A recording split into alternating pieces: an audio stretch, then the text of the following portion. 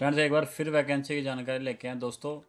दोस्तों पेंशन निधि विनियामक एवं विकास प्राधिकरण यानी कि pension fund regulatory and development authority, जो कि 2004 के बाद जो अपने एम्प्लॉय गवर्नमेंट एम्प्लॉय भर्ती है उनके लिए जो पेंशन बनाने का काम करती है दोस्तों, उन्होंने निकाले हैं दोस्तों 40 पोस्टें निकाली हैं।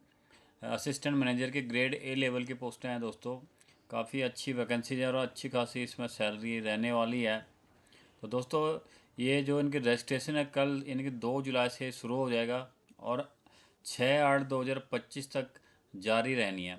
तो दोस्तों पूरी इन्फॉर्मेशन देते हैं आपको, उससे पहले हमारे चैनल को लाइक और सब्सक्राइब जरूर करें ताकि दोस्तों आपको ऐसी जानकारी मिलती रहे और ऐसी इन्फॉर्मेशन हम आपके लिए जॉब की लाते रहें और उसके लिए आप अप्लाई करते रहें। तो दोस्तों जैसे कि मैंने बताया कि 2/7 यानी कल से रजिस्ट्रेशन शुरू है, 6/8 तक ये जारी रहने वाला है। तो दोस्तों इसमें जो सिलेक्शन का जो क्राइटेरिया 3 फेज़ में होना है। पहले 2 फेज़ में आपका पेपर होने हैं और थर्ड फेज़ में आपका इंटरव्यू होना है। जो फर्स्ट फेज़ का जो आपका ऑनलाइन जो पेपर होएगा वो होएगा 6 सितंबर 2025 सैटरडे के दिन, और जो सेकंड पेपर होएगा आपका अक्टूबर महीने में होगा 6 अक्टूबर 2025 मंडे को। और जो थर्ड फेज होगा इंटरव्यू का उसकी डेट आपको ईमेल और एसएमएस के द्वारा बता दी जाएगी, इसलिए आपके पास वैलिड ईमेल आईडी और कॉन्टैक्ट नंबर होना ज़रूरी है। तो दोस्तों आगे हम पोस्टों की डिटेल की बात करें तो दोस्तों अलग अलग स्ट्रीम की पोस्टें हैं। जैसे जनरल स्ट्रीम है असिस्टेंट मैनेजर की, तो इसमें 4 पोस्टें एससी की हैं, 2 एसटी की हैं, 8 ओबीसी के, 4 ईडब्ल्यूएस के, 10 अनरिजर्व हैं। टोटल 28 इसमें पोस्टें हैं। जो इसके लिए बेसिक जो क्वालिफिकेशन चाहिए इसमें master degree in any discipline, किसी भी कैटेगरी में आपके पास मास्टर डिग्री होनी चाहिए, और बैचलर डिग्री इन लॉ और bachelor degree in engineering from a recognise university आपके पास होनी चाहिए। ये सारी जो क्वालिफिकेशन है दोस्तों आपने डिटेल में पढ़ लेनी। इसमें से कोई भी आपके पास एक क्वालिफिकेशन होनी चाहिए, चाहे ACA FCA और ICA ACS FCS, ये सारे आपने ध्यान से पढ़ें। इसमें से कोई भी एक क्वालिफिकेशन आपके पास होनी चाहिए। सेकंड जो स्ट्रीम है फाइनेंस एंड अकाउंट्स की, इसकी एक पोस्ट है और ये जाती है जनरल को, और एक जाती है SC को, और इसमें 2 टोटल पोस्ट हैं। इसके लिए क्वालिफिकेशन चाहिए दोस्तों ग्रेजुएशन फ्रॉम रिकॉग्नाइज यूनिवर्सिटी, आपके पास सिंपली ग्रेजुएशन होना चाहिए, और ACA या FCA और ICAI और ACS FCS और फ्रॉम ICSI और ACMA FCMA फ्रॉम ICMAI से आपके पास इनमें से क्वालिफिकेशन ये होनी चाहिए। जो नेक्स्ट पोस्ट है इंफॉर्मेशन टेक्नोलॉजी की, वो प्रेफरेबली इन आर्टिफिशियल इंटेलिजेंस, इसकी दोस्तों एक पोस्ट SC को जाती है और एक पोस्ट जनरल को, टोटल इसकी भी 2 पोस्ट हैं। इसमें bachelor degree in engineering electrical electronics and communication information technology computer science और मास्टर इन कंप्यूटर एप्लीकेशन, और bachelor degree in any discipline with post graduate qualification आपके पास होनी चाहिए, और या आपके पास bachelor degree in engineering with specialisation AI and ML master in computer application,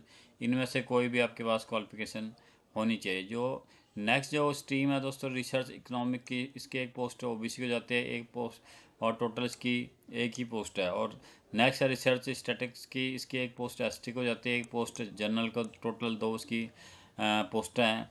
और नेक्स्ट जो पोस्ट है एक्चुअली की, इसकी एक पोस्ट है OBC को जाती है, 2 पोस्टें टोटल इसकी हैं और एक जाती है जनरल को। इसमें ग्रेजुएशन फ्रॉम रिकॉग्नाइज्ड और आपके पास exemption in all 7 core principal subject of the institute of actuary of India, ये क्वालिफिकेशन आपके इसमें चाहिए दोस्तों। नेक्स्ट जो लीगल की स्ट्रीम की पोस्ट है, एक पोस्ट है, ये पोस्ट आपकी जाती है OBC को, और एक पोस्ट जनरल को जाती है, टोटल इसकी 2 पोस्टें हैं। और अगली पोस्ट है जो स्ट्रीम है पोस्ट की ऑफिशियल लैंग्वेज राजभाषा की, इसमें एक जनरल को जाती है, एक की इसमें पोस्ट है। तो दोस्तों इस तरह 40 टोटल पोस्ट हैं। और जो ऑफिशियल लैंग्वेज राजभाषा के लिए आपको चाहे master degree in Hindi with English as one of the subject at bachelor degree level, और master degree in Sanskrit English economics commerce with Hindi as a subject at bachelor degree level आपके पास होनी चाहिए। तो दोस्तों ये सारी मैंने आपको पोस्ट के बाद बता दी क्वालिफिकेशन क्या इसमें चाहिए और क्या इसकी जो है नंबर ऑफ वैकेंसीज हैं, ये मैंने आपको बता दिया है। तो नेक्स्ट जो इसमें दोस्तों ₹1000 आपकी इसमें फ़ीस लगनी है। ऑनलाइन आपने अप्लाई करना। जो एज की अगर हम बात करें तो आपकी एज इसमें जो है एज ऑन 31/7/2025 आपकी जो एज होनी चाहिए 30 साल इसमें आपकी एज होनी चाहिए। और जो अप्लाई जो मैंने जैसे कि आपको बताया ऑनलाइन आपने करना है इसके वेबसाइट पे जाके। और जो सिलेक्शन प्रोसेस है इसमें दोस्तों, जैसे कि मैंने ऊपर बताया था कि 3 फेज़ हैं। पहले फेज़ की जो है ऑनलाइन एग्जामिनेशन आपका जो होगा, इसमें 2 आपके पेपर होंगे। जो पेपर का जो स्ट्रक्चर है उसका जो पहले फेज़ के पेपर जो पहला पेपर होगा उसमें जो सब्जेक्ट होंगे आपके English language, quantitative aptitude, test of reasoning, general awareness का होगा। ये टोटल आपके दोस्तों 100 मार्क्स के आपके होंगे पहले फेज़ का। और इसमें जो है टोटल आपके 80 क्वेश्चन आपके इसमें आने और 1 घंटे का आपका ये पेपर होगा।